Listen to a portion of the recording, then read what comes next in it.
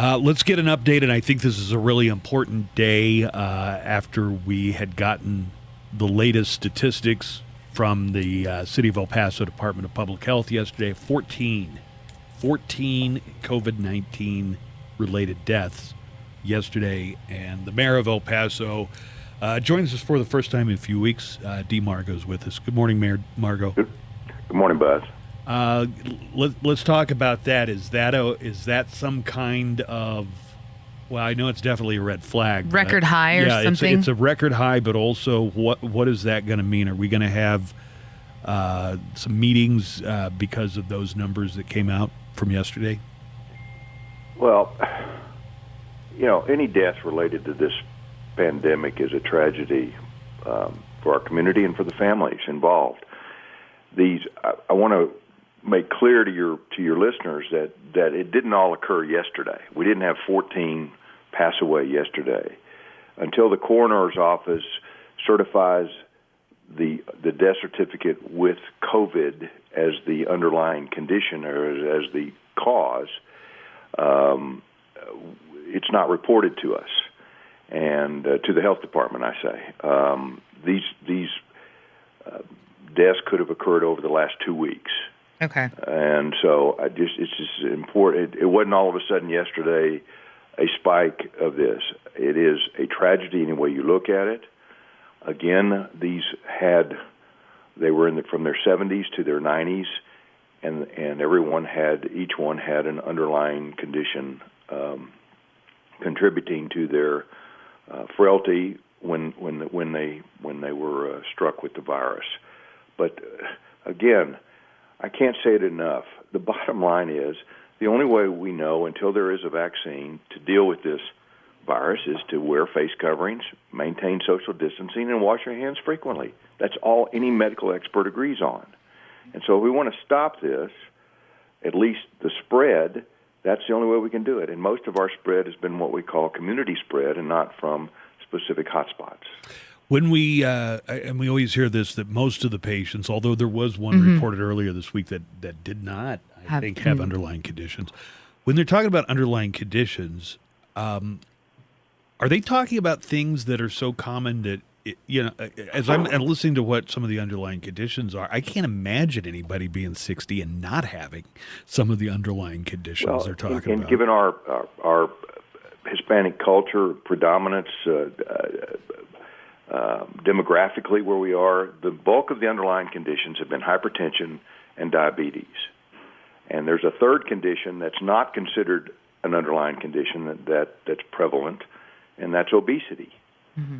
That's not listed as an underlying condition. See, I was under the impression that obesity was listed as an underlying condition. No, Buzz, it's not. Oh, okay. It's not.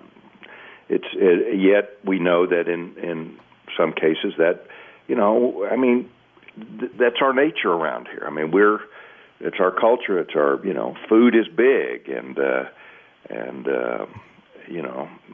so. And a lot of the people are too. Yeah, well, so we need to be, mindful of that. But we have a lot of diabetes. We have a lot of hypertension, and for whatever reason, this virus jumps all over that. And so we need to be mindful of that, and keep this.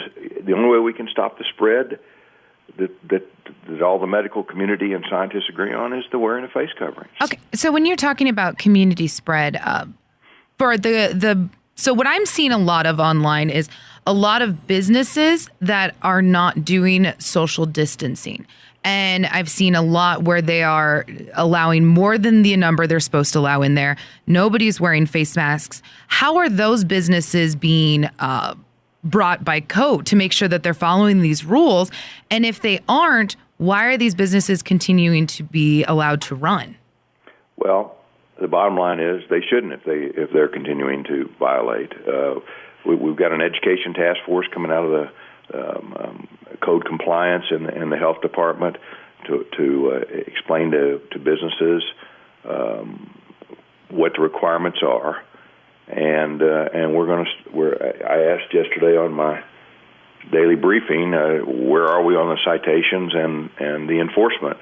We are also looking at increasing the the fines from $500 to as much as $2,000, which might send a message to people on why they need to, that it's imperative that they comply with these orders. Right. Since we reopened, before when there was the lockdown, we did hear of businesses that were being fined and were being told that they needed to shut down. But since we started the reopening phases, we really haven't seen that. And we're also, it's just interesting to me that in other areas, we're seeing, for instance, a different, like a gym where there were a number of cases where they broke out, or we're seeing a restaurant, or you're seeing a park, or just different places that they can credit a large amount of cases coming from. Now, there are... Wait, you say other places other than Virginia, Kentucky, so Ohio. Yeah, not in... I mean, I haven't seen that here. Exactly. And that's why I'm wondering, why are we not seen that contact tracing where we're seeing like, hey, 60 cases came from this certain business or 20 cases when we have such a large amount of cases in the first place? Well, if we have a hotspot, which is determined as 2 cases or more from one organization or place or whatever, then we so note that, and we examine that. But we think the majority of our, quote, community spread is coming from family gatherings, family in homes. And we're doing our best to get that information. The contact tracing, I mean, we have to rely on people to be honest with us when we're asking those questions. And the questions we ask are determined by the CDC and the state of Texas. We're not dealing with immigration issues. We're not dealing with financial issues. We want to understand where have you been and who have you had contact with. And some people are embarrassed. They don't want to say. They don't want to. They're fearful of affecting somebody else or family members or whatever. Mm-hmm. And we've got your listeners need to understand. The more information we have, the better we can deal with this thing ahead of time, hopefully. So it's imperative that we know, well, were you visiting family in Juarez this weekend? What were you doing? Right. And sometimes I don't think we're getting, or the sense is that we're not getting the complete information. We're talking to El Paso Mayor Margo, and not a day goes by that I don't have to remind somebody that social media is not an authoritative source of information. But I am going to bring this up because it seems to have really ramped up.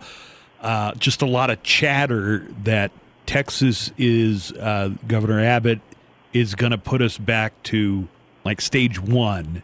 And people claiming that they've got some kind of inside information. If anybody's got inside information, I would think it might be you, Mayor Margo. So do you know anything about an upcoming setback to where we might have been a few months ago?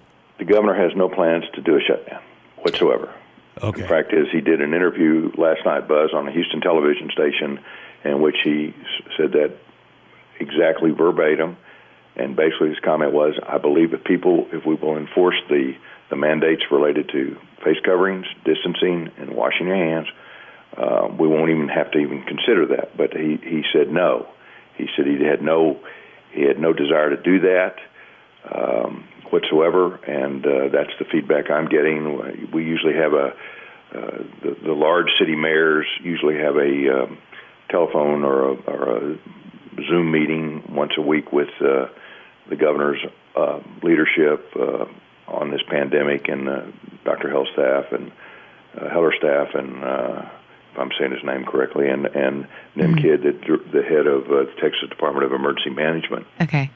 So, no, that is not the case. And yes, I've been inundated with people texting me saying, is he going to do a shutdown? What can I, no. Okay, so instead of a shutdown, because I think that would be where we were in March, where we did the entire lockdown, if the cases continue to rise, not only in our city, but in other Texas cities, would there be a scaling back of the reopening? So, for instance, we're in, I think, phase 3 or phase 4 right now.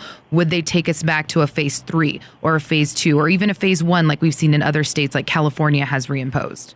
I don't know. Okay. know. I think everything would be fair. No, that's predicated on what does it look like now. I mean, El Paso's done some things differently. For instance, remember, we didn't open until the 29th, May 29th, when the governor gave the rest of the city the May 22nd. We instituted the delay on in-classroom learning until after Labor Day. And now the rest of the state seems to be following us. We didn't violate the governor's mandate because we said we would do virtual learning 3 weeks prior. So we were dealing with the same dates, and now the TEA is following along and agreeing with what we're doing here. So we're kind of like we're analyzing where we are and making those as informed and judicious decisions as we can. But you know, things change. I think the reopening of the bars was caused what most of the spikes, both in El Paso and in Texas, and that was too soon. And the guards were let down, and people thought, you know, the under 35 are still the majority for the state of Texas and in El Paso on positives. Let's talk about the bars for a second. So a lot of bars were forced to shut down because of, you know, the state mandate. However, now we're seeing a lot of those places, they're getting different licenses so they can open as restaurants, and they're serving food instead. They're finding workarounds. They're working around the system. But then you're having the same problems that you had at the bar, where people are not wearing masks, not social distancing, doing the things that they weren't doing when they were bars. How is that going to be handled, or is that something that the city is worried about? Anything that causes a spike in the positives and the ultimate hospitalizations and or deaths that occur from that, we're concerned about, period. And we've got our education task force out there. We had a number of a group of gyms were not wearing face coverings inside. They didn't understand. Frankly, the reason that the gyms are even still open is because the governor allowed them to stay open if they wore face coverings when you work out. And I know it's a pain. I do it. I do it too. It's a sweaty pain. Yeah. But that's the reason that the gyms are even allowed to open. And we had one group of gyms not complying. The education task force has gone out there. Restaurants, anybody not complying, we're trying to do it. I asked yesterday on my daily call about citations and where are we. We're looking at, I may mention, we're looking at increasing the penalties to maybe $2,000 from $500. This truly send a message and have a couple of those on, paid and online, maybe wake people up that there's a price to pay, not just in health, but in financially. Yeah. And, the governor still, the orders on restaurants allow a seating up to 10 right now. Maybe we need to drop it back down to 6. Those kinds you of mean things. seating of 10 up to and to 10 in a party, like parties of less than 10 people. Okay, gotcha. Yeah. Well, the parties, any groups greater than 10 under the latest order of a week ago require my approval. So through weddings or any kind of events or whatever that has more than 10 requires an approval from the mayor's office, and so we're dealing with those kind of on a daily basis. But it's the family. I think we think at this point in time, it's people having parties, family gatherings. Family gatherings are driving most of our positives from the standpoint of community spread. All right. Well, I just wanted to ask Mary, there's some people who don't follow the guidelines because it's inconvenient. There's some people that don't do it because they forget.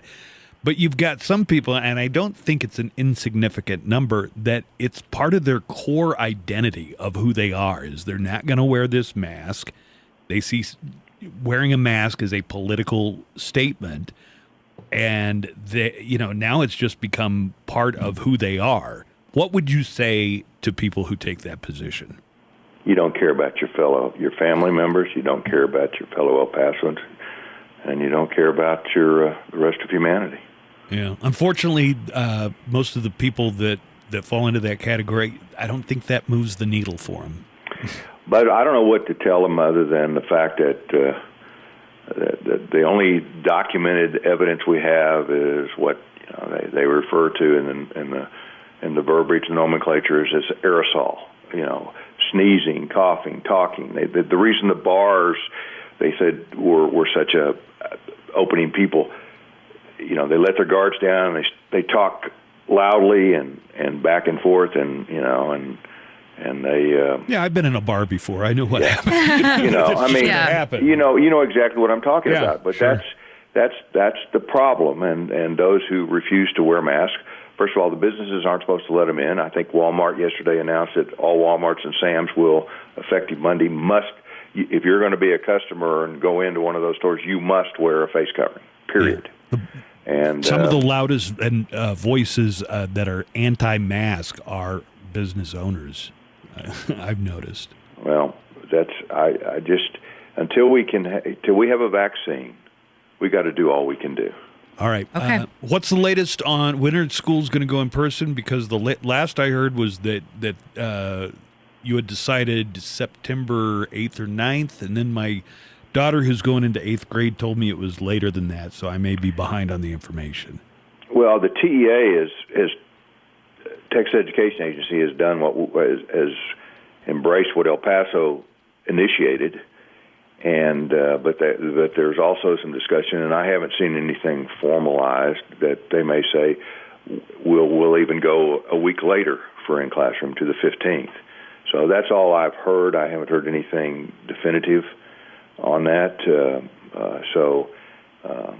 But our order as it stands now, in conjunction with the superintendents who requested this, as well as teachers, as well as parents, said we don't really want to start until after Labor Day.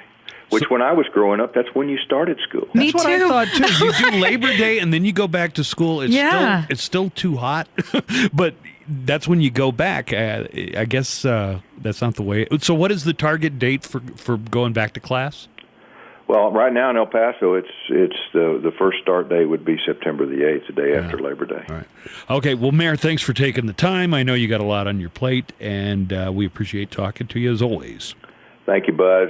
It's nice to visit with you all. Just remind your listeners, please wear a face covering. Yep. Wash the hands. Wash hands. Don't get in big groups of maintain the people. distance. Yeah, there you go. There you go. Thanks, Mayor Margo. Thank you. Thank you all. All right, we'll see you.